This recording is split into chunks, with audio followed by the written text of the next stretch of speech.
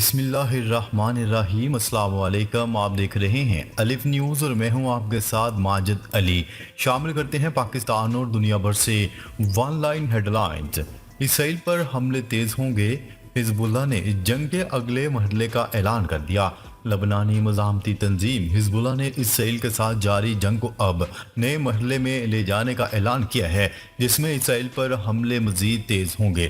عرب media کی report کے مطابق حزب اللہ نے اپنے ایک بیان میں کہا کہ اسرائیل کے ساتھ ان کی لڑائی اب نئے مرحلے کی طرف جا رہی ہے۔ حزب اللہ کی جانب سے بتایا گیا ہے کہ گزشتہ کچھ دنوں میں دشمن کے خلاف نئے ہتھیار بھی استعمال کیے ہیں۔ حزب اللہ کے بیان میں مزید کہا گیا ہے کہ ہم اسرائیل کے خلاف جنگ کے نئے مرحلے کا آغاز کر رہے ہیں اور اب پہلی دفعہ گائیڈڈ میزائل اور نئے قسم کے خودکش ڈرون طیارے استعمال کیے جائیں گے۔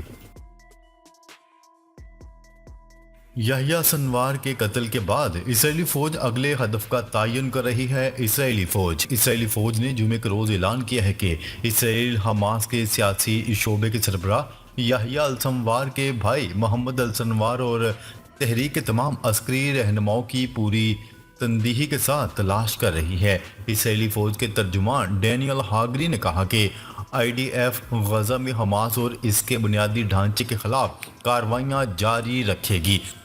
انہوں نے اس بات کی بھی تردید کی کہ اسرائیل شمالی غزہ کا محاصرہ کرنے کے جرنیلوں کے منصوبے پر عمل درآمد کر رہا ہے۔ انہوں نے کہا کہ اسرائیلی فوج کے اپنے منصوبے ہیں جو بین الاقوامی قوانین کے مطابق ہیں۔ حماس کے رہنما یحییٰ السنوار کے بھائی محمد السنوار نے ماضی میں القسام بریگیڈ کے خان یونس بریگیڈ کی کمانڈر کے طور پر خدمات انجام دی۔ محمد سنوار کو غزہ کی سرنگوں کا انجینئر سمجھا جاتا ہے۔ حماس سربراہ کے قتل سے غزہ اور لبنان میں جنگ بندی کا موقع پیدا ہوا ہے۔ امریکی وزیر دفاع لارڈ آسٹن نے فلسطینی مزاحمتی تحریک حماس کے سربراہ یحییٰ سنوار کے قتل پر کہا کہ اس قتل کے بعد اسرائیل، حماس اور حزب اللہ تینوں کے لیے موقع پیدا ہو گیا ہے کہ وہ جنگ کو ختم کر سکیں۔ جب ان سے پوچھا گیا کہ اسرائیلی وزیر اعظم نیتن یاہو نے جنگ ختم نہ کرنے اور لڑتے رہنے کے عزم کا اظہار کیا ہے تو امریکی وزیر دفاع لارڈ آسٹن نے کہا کہ اب ہم دیکھیں گے کہ کس طرح چیزیں بدلتی ہیں۔ لارڈ آسٹن کا کہنا ہے کہ واضح طور پر سمت میں تبدیلی کے مواقع موجود ہیں اور غزہ اور لبنان دونوں جنگوں پر اس سے فائدہ اٹھانا چاہیے۔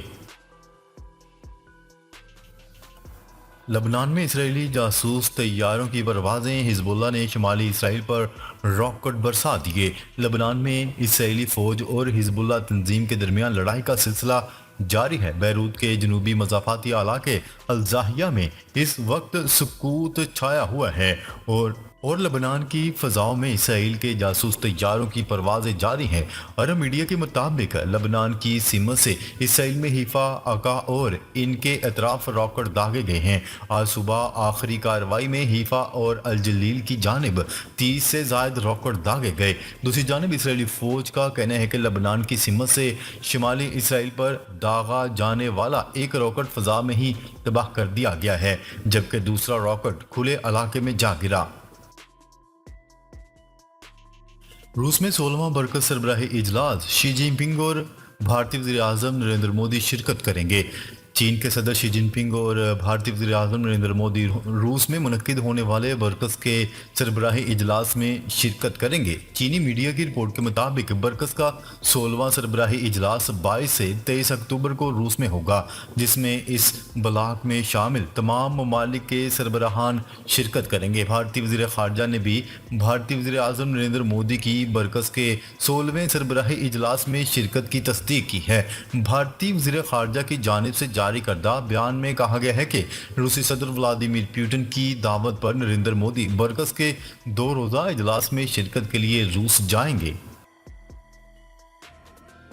امریکی صدر جو بائیڈن کی اسرائیلی وزیر اعظم نیتن یاہو کو یحییٰ سنوار کی ہلاکت پر مبارکباد۔ امریکہ کے صدر جو بائیڈن کا کہنا ہے کہ حماس کے سربراہ یحییٰ السنوار کی ہلاکت کے بعد غزہ میں جنگ بندی کے لیے پر امید ہیں۔ جرمنی پہنچنے کے بعد میڈیا سے گفتگو کرتے ہوئے جو بائیڈن کا کہنا تھا کہ اسرائیلی وزیر اعظم نیتن یاہو کو یحییٰ سنوار کی ہلاکت کی اطلاع پر خوشخبری دی۔ یہ موقع ہے کہ غزہ میں جنگ بندی کی جائے اور یرغمالیوں کو رہا کروایا جائے۔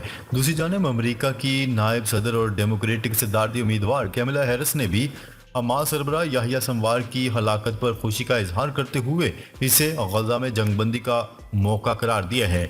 کیملا ہیرس نے اپنے بیان میں کہا کہ اسرائیل کو اپنے دفاع کا پورا حق حاصل ہے اور یحییٰ سنوار کی ہلاکت نے ہمیں غزہ جنگ ختم کرنے کا ایک موقع دیا ہے اور اس جنگ کو اس طرح ختم ہونا چاہیے کہ اسرائیل محفوظ رہے اور یرغمالی رہا ہوں۔ ایران لبنان میں فائر بندی کے لیے فرانس کے ساتھ مذاکرات کے لیے تیار۔ ایرانی پارلیمنٹ کے اسپیکر کا کہنا ہے کہ تہران اقوام متحدہ کی قرارداد 1701 کے انفاذ کے حوالے سے پیرس کے ساتھ مذاکرات کے لیے تیار ہے، جو امن کی واپسی کے لیے بنیادی شرط ہے۔ اس قرارداد میں کہا گیا ہے کہ لبنان کے جنوب میں صرف لبنانی فوج کو تعینات کیا جائے۔ جنیوا میں فرانسیسی اخبار کو دیے گئے خصوصی انٹرویو میں کلیباف کا کہنا تھا کہ ہم سمجھتے ہیں کہ ایران قرارداد 1701 پر عمل درآمد کے اقدامات کے حوالے سے فرانس کے ساتھ نمایاں طور سے مذاکرات پر تیار ہے، جو حزب اللہ اور اسرائیل کے بیچ وساطت کار کے طور پر کام کرے گا۔ ایرانی پارلیمنٹ کے اسپیکر نے مزید کہا، اسرائیل کا کوئی وجود نہیں بلکہ یہ صرف صہیونی نظام ہے جو امریکہ کے مسلح ونگ کے سوا کچھ نہیں۔ اسرائیلی فوج کے حملوں کے باوجود یونیفل کا لبنان میں خدمات جاری رکھنے کا عزم۔ لبنان میں اقوام متحدہ کی عبوری امن فورس کے ترجمان نے کہا ہے کہ 10,000 پر مشتمل یہ مشن لبنان میں متعدد اسرائیلی حملوں کے باوجود اپنا کام جاری رکھے گا۔ یونیفل نے ایک بیان میں اسرائیلی حملوں کو دانستہ قرار دیا۔ جمعرات کو لبنان کے ساحل پر یونیفل کے ایک جہاز کے قریب ڈرون گرائے جانے کے بارے میں پوچھے گئے سوال کے جواب میں ترجمان نے کہا کہ ڈرون جنوب سے آیا اور ہمارے جہاز کے گرد چکر لگایا اور چند میٹر تک پہنچ گیا۔ انہوں نے بیروت سے ویڈیو لنک کے ذریعے بیان میں مزید کہا کہ اسرائیل نے ہمیں پیچھے ہٹنے کے لیے کہا۔ بلیو لائن اور اس سے آگے لبنان کے بہت سے دیہاتوں میں جو تباہی ہوئی وہ حیران کن ہے۔ دنیا بھر میں 1 ارب سے زائد افراد شدید غربت کا شکار ہیں۔ اقوام متحدہ کے ترقیاتی گروپ نے خبردار کیا ہے کہ دنیا بھر میں 1 ارب سے زائد افراد شدید غربت کا شکار ہیں، جن میں آدھے سے زیادہ تعداد بچوں کی ہے۔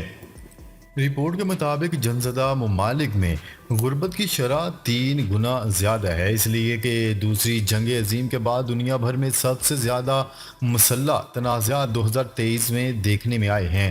UNDP اور OPHI 2010 سے ہر سال غربت کے متعلق اپنا کثیر الجہتی اشاریہ جاری کرتے ہیں۔ بنگلہ دیش کی عبوری حکومت نے مذہبی تہوار کی تعطیلات بڑھا دیں۔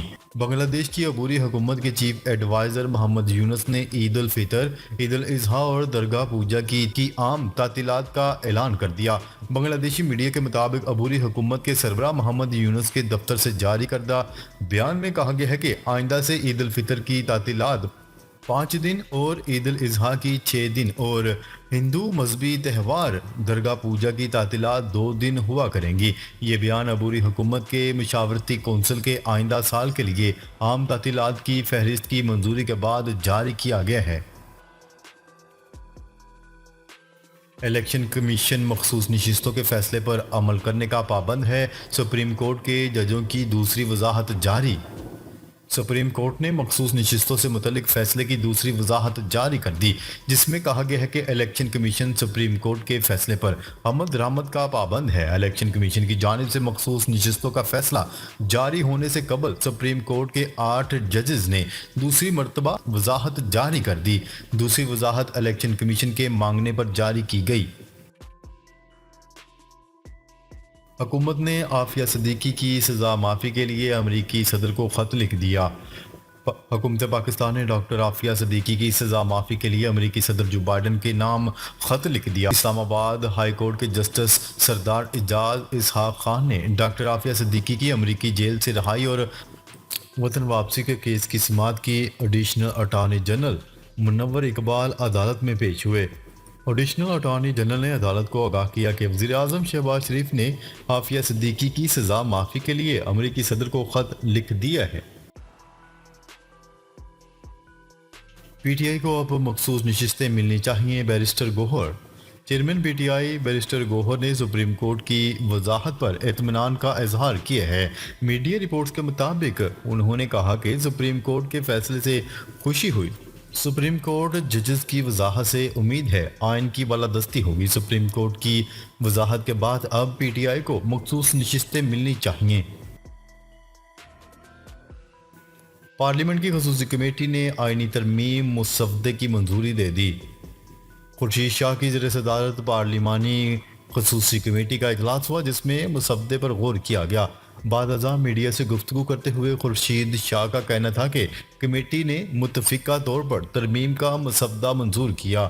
اوورسیز پاکستانیوں کو الیکشن لڑنے کی اجازت دینے کی تجویز پر اتفاق کیا گیا۔ کامیابی کے بعد 3 ماہ میں اوورسیز پاکستانیوں کو دوسرے ملک کی شہریت چھوڑنا ہوگی۔ مسودہ وفاقی کابینہ کی منظوری کے بعد ایوان میں پیش کیا جائے گا۔